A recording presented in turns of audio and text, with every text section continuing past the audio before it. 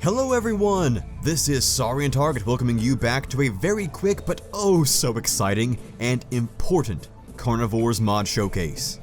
You've read the title, you've seen the thumbnail, it's not clickbait. It's real, it is happening, and it is going to reshape Carnivores modding forever. I cannot overstate just how monumental this new update is for modding this 20-year-old game. It's incredible! The game has changed forever. And full credit to Ornithomimid1, who's already done incredible work for the Carnivores community, from discovering the alphas method to creating a near innumerable roster of custom dinosaur models, for digging into the game's code and making this a reality. It's made me incredibly excited, and I know it's gonna make a lot of you guys really excited too. But enough excited rambling, let's jump in and see what's new and how Carnivores has been changed forever.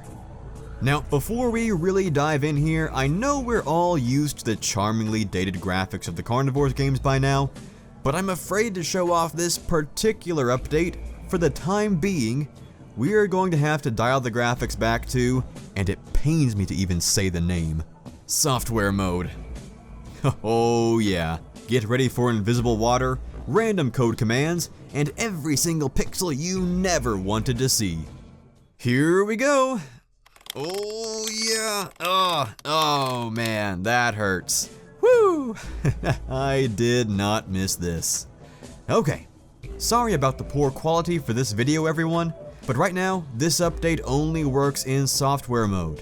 But I'm sure Ornithomimid1 is working on updating it to run on the more advanced video drivers. Now, there are quite a few new and exciting parts to this update, so be sure to stick around all the way to the end to catch them all. But let's go ahead and check out the one that I think you guys are already most hyped for. I honestly don't even know how to introduce it. It needs no introduction. Its sheer incredibility will speak for itself. Here, for the first time in Carnivores 2, no crazy hacks, no ridiculous hoops to jump through barely holding everything together, just a part of the normal game now, pack hunting Velociraptors. Just like that guys, we now have pack hunting dinosaurs in Carnivores. The one thing I always try to give the mobile ports credit for has just been rendered irrelevant. Sorry, Coelophysis, you ain't that special anymore. Pack hunting dinosaurs. Gah, I can't even believe it. Look at the move! Just like a flock of birds. I love how they stay together as a group. It's not like they all just kind of spawn in together and then disperse. No, this is a pack, guys. Raptor squad for life. And this isn't just limited to the Velociraptors. This was just a selected test AI slot because, well, what other dinosaur on this roster would you think of when you think of pack hunting? This can be applied to any AI slot should the mod require it, like Allosaurus AI for a proper Tanicoligrius pack in Fallen Kings, or a pack of Hyenodon in Far North. Ah, so many poppers! Or maybe on the Ice Age engine with a proper pack of Coelophysis in Carnivores Triassic, or even in the base Ice Age game with the wolves. Pack hunting wolves is now a thing. Wolves? I bet this could even apply to herbivores and get proper herding behavior as well. Not to mention, this is the basis for proper dinosaur interaction. I mean, guys, the floodgates are open. The genie's out of the bottle. The possibilities are endless and there is no going back. Man, what a time to be a fan of Carnivores. Now, in addition to the phenomenal pack hunting you've seen on display here, you probably noticed something pretty unique about the individual raptors within the pack. Namely, that while walking around, many of them take a quick stop to sniff the flowers.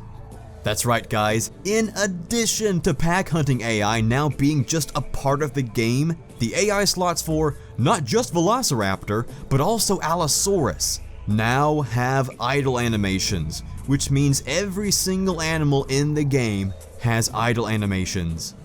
Now, this revelation isn't brand new per se, as it did kinda debut in Jurassic Park Hunter Legends already with a patch that gave the Dilophosaurus and Velociraptor idle animations. And I'll leave a link to that announcement video at the end of this one if you are interested in checking that out. But where that was a patch that kind of hampered other technical aspects of the mod, like replacing the greater control granted by the speed patch, and forcing you to play it on certain graphics drivers only, these idle animations are just a part of the game now. And once this update is available in higher quality graphics, I personally feel it should be the standard build modders use when creating Carnivores mods. I mean, why wouldn't you? Admittedly, these test idle animations are a bit basic. They're your standard stop and sniff, but they are just tests. For further expansion, I'd love to see the Velociraptor scratch itself with its sickle claw, or see the Allosaurus curl up and take a quick power nap. But I'm sure the animators can come up with their own creative animations for whatever animals end up on these AI slots. Just the fact that they exist now blows me away. Another great addition to this base game update is the inclusion of a mortal, killable Brachiosaurus. Cue Fallen Kingdom flashbacks.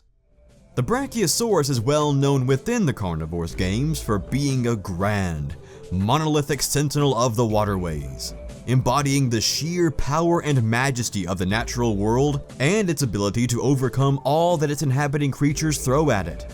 In other words, the Brachiosaurus was always invincible, and no matter how many hoops our extended lore tries to jump through to explain away different aspects of the game, a completely unkillable Brachiosaurus has always been a bit difficult to reason with.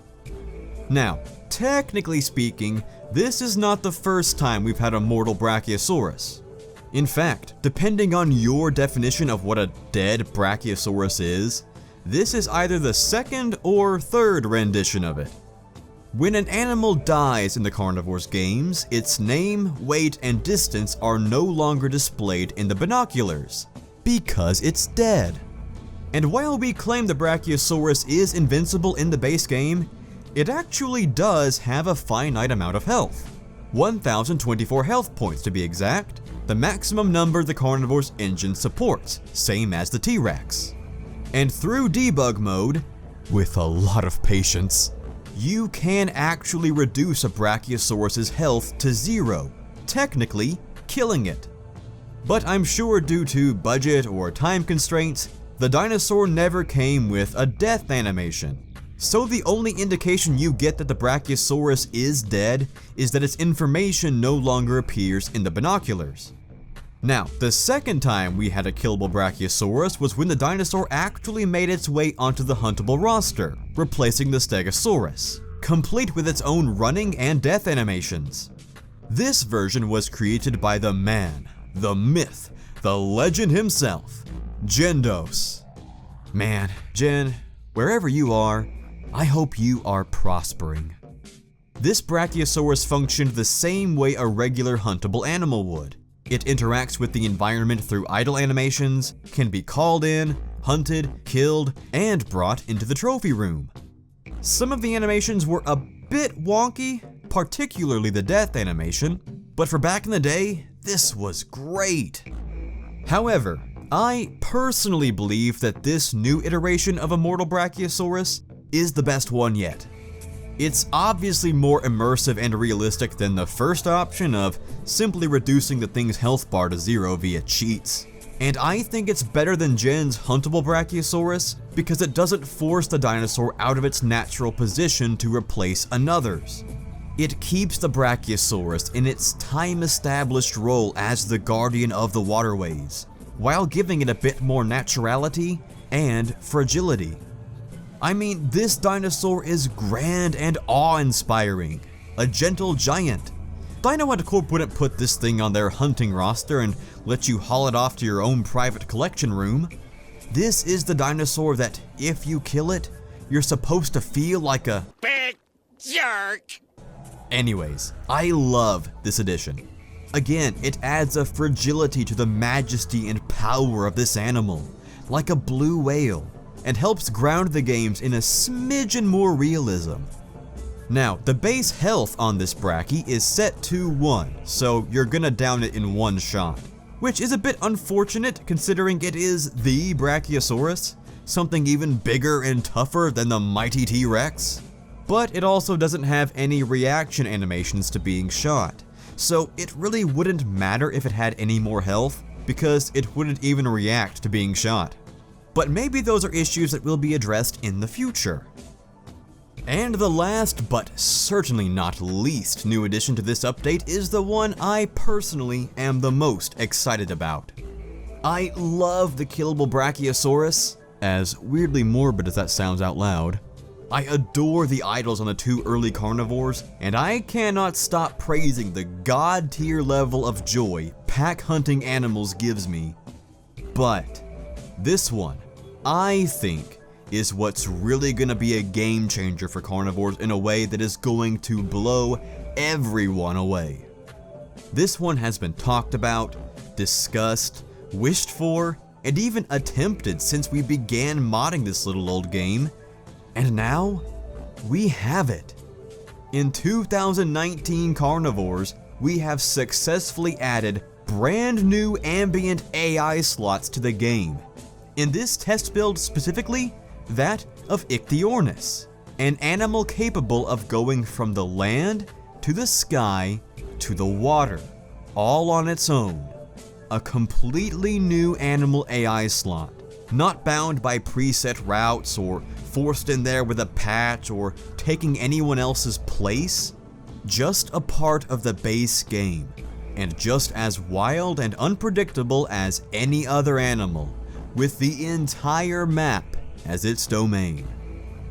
Now, the Ichthyornis itself might not be the most exciting animal in the world, and if I'm being perfectly honest, I think I prefer the far north design of the bird myself, but this is just a test build to showcase that this is now a possibility, bringing the world of Carnivores to life in a way never before thought possible. Carnivores is known for its atmospheric world building, the map design, the ambient calls and animals, the unpredictable, wild dinosaurs. You really feel like you're visiting a lush, living, breathing alien world, just eerily similar enough to our own to get a basic understanding of how things work. The world has always felt alive, and through the limitations of the engine, many modders have gone above and beyond the call of creativity to enhance that world building, particularly through animated objects. Animated objects are objects planted into the specific map itself, like trees or rocks, that are given a very simple and bare-bones animation to move and feel alive. This technique is usually done with plants, like in Jurassic Park Hunter Legends, to give the world that authentic feel of plants moving and swaying in the breeze. But in other recent mods, including Jurassic Park Hunter Legends, this has even more commonly been applied to animals, giving each island a little more endemic life and wildlife variety. Now this is usually done with insects, fish, small reptiles, or amphibians to enhance the ambience and make the worlds feel more alive, but has even been pulled off with larger animals to, what I would argue, fair success. Aside from Jurassic Park Hunter Legends, Carnivores Plus is the definitive example of this kind of ingenuity. From Nothosaurus to Scaphognathus to Prognathodon and Spinosaurus and even Mosasaurus. The islands of Carnivores have been brought to life in such a wonderfully diverse way that proves just how passionate and innovative this community is. Unfortunately, with these animated objects, there are some hang-ups. Because the animations are so bare bones, the illusion only lasts for so long, and because they are technically just objects of the map, their interaction with the player is non-existent. Plus, if your computer is temperamental like mine, animated objects aren't always its favorite thing in the world to render. But with these new ambient AI slots a real possibility, the floodgates have been opened. We can now populate the worlds with these creatures, living and thriving just like all the others, from the Moschops to the Pteranodon. And if we could somehow still relegate the specific creatures to their specific island homes, Man, what a wonderful world we would be living in. Having mosasaurs in carnivores has been like top 3 requests of all time for the community. And now, there is a very real possibility of having actual, wild, functioning mosasaurs just swimming around the islands. I mean, can you imagine? You're just walking along the bridge on Basmashi Rocks when all of a sudden, boom! You get blindsided by a hungry mosasaurus. Like, if you're half an hour into a successful hunt, yeah, that would suck. But if I am going to lose all my progress on a hunt, that's how I want to go out. Ichthyornis is the first step into a larger world of prehistoric wildlife diversity that I don't think has been seen in a game like this yet. And guys, I just can't get over how excited that makes me. And before we wrap up here, there is one more bit of exciting news coming to the world of carnivores modding, and this one was discovered by Tormer, the project lead behind the wonderfully ambitious Jurassic Park Hunter Legends. Now, we all know and hate the green night vision filter supplied when hunting at night, right? Well, say goodbye to the green, because through Tormer's hard work, he just took the filter off. Now we can properly hunt in the dark.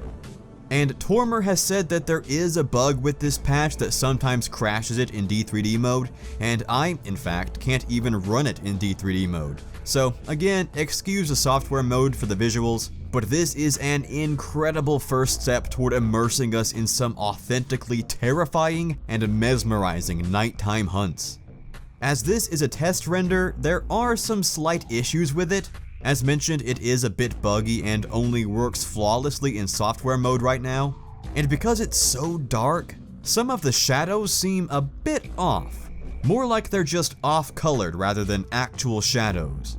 But I think that's just because of the limited shaders of the current Carnivores engine, working with a feature they're not really built for. One thing I do think would make a great touch for future updates to this patch would be the inclusion of the night vision filter when using the binoculars or the sniper scope, just to give those elements that tense, atmospheric Jurassic Park feel. If you remember, the mobile ports introduced a similar feature with their big graphical update a few years ago that brought us a gorgeous new nighttime hunting mode while retaining that classic night vision filter with the binoculars and the sniper scope. And just because of the advanced graphical options on the mobile ports, I do think that version looks better right now, but this is a wonderful start that I think, with some improvements, will make the world of carnivores even more immersive and terrifying than it already is. In addition to Tormer's new nighttime hunting mode patch, the Ceratosaurus and T-Rex now spawn in as random huntable dinosaurs on the map without being selected from the main menu.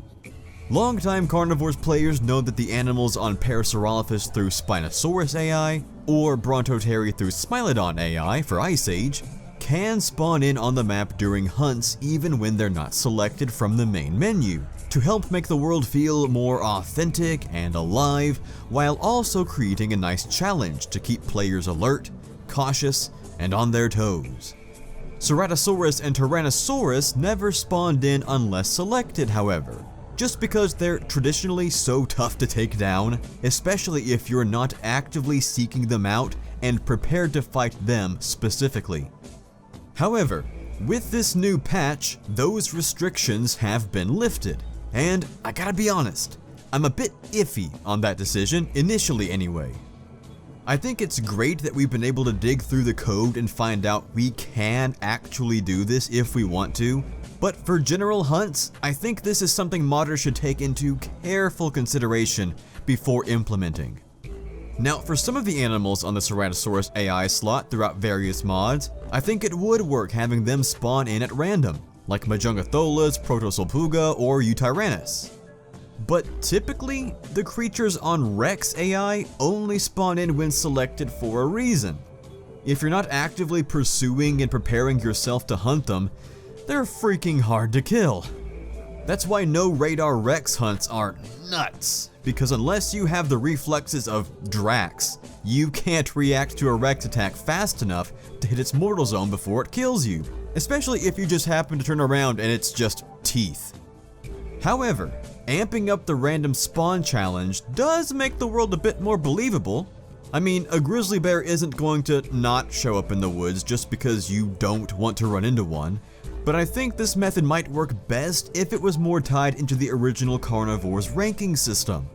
For example, novice rank hunters could only run into Spinosaurus AI max creatures at random, then at advanced rank, Ceratosaurus AI creatures could spawn in, and at expert rank, the T-Rex AI animals are unleashed, just so newbies aren't being gunned down by random Rexes without warning. But even then, we'd still have to work in the original ranking system, and I don't know if that's possible yet. And while we're at it, can we edit the dinosaur spawn rate so we don't have 20 T-Rexes on a map anymore? Again, this is a great concept, and I'm so glad we've proven that we can do this. But again, I think that if this becomes the norm on modding engines, modders should be very careful about how and when they implement this particular change. Alright, so there you go guys, a quick little showcase highlighting the astounding work of the Carnivores programming community. Man, all these groundbreaking updates. I honestly can't believe we are actually experiencing some of them. And it's not like the official developers with professional budgets and tools implemented this stuff for us. You guys, the community, you did this. You cracked the code. You have once again proven that the Carnivores community is one of the most passionate, driven, innovative, and talented communities out there, and have given us exactly what we wanted for so long. It's a shame that these features are in such a primitive state right now and aren't able to be fully implemented into all of the mods just yet, but when they are, oh man, Carnivores is gonna look way different, and I can't freaking wait. But these are just my thoughts on the new updates, and we all know I get way too overexcited about the littlest things that aren't even fully implemented yet. So what are yours? Which new features are you most excited for? Be sure to let me know down in the comment section below. I always love to hear your thoughts. Thank you guys so much for all of your patience and encouragement, and thank you for the overwhelming support on the Modern Days showcase. Not gonna lie, it feels so good to finally have that thing done and off my chest. And for as inexcusably long as it took to get out, the reaction to it has been very positive, so thank you guys. I'm so glad you enjoyed that showcase. And thank you guys for 6,000 subscribers, that's crazy. These milestones keep popping up out of nowhere, and I'm constantly blown away by your continued support. And I know videos are scarce, but if you want to be updated on why videos aren't coming out or what's going on behind the scenes, or just to be notified on Carnivores news in general, don't forget you can follow me on Twitter or Instagram. Also check out my Patreon if you want to help support the channel to get videos coming out more often. And be sure to like and subscribe if you enjoyed the video and want to see more Carnivores content on YouTube. You guys are the absolute best. I love you all. I hope you all have a great day.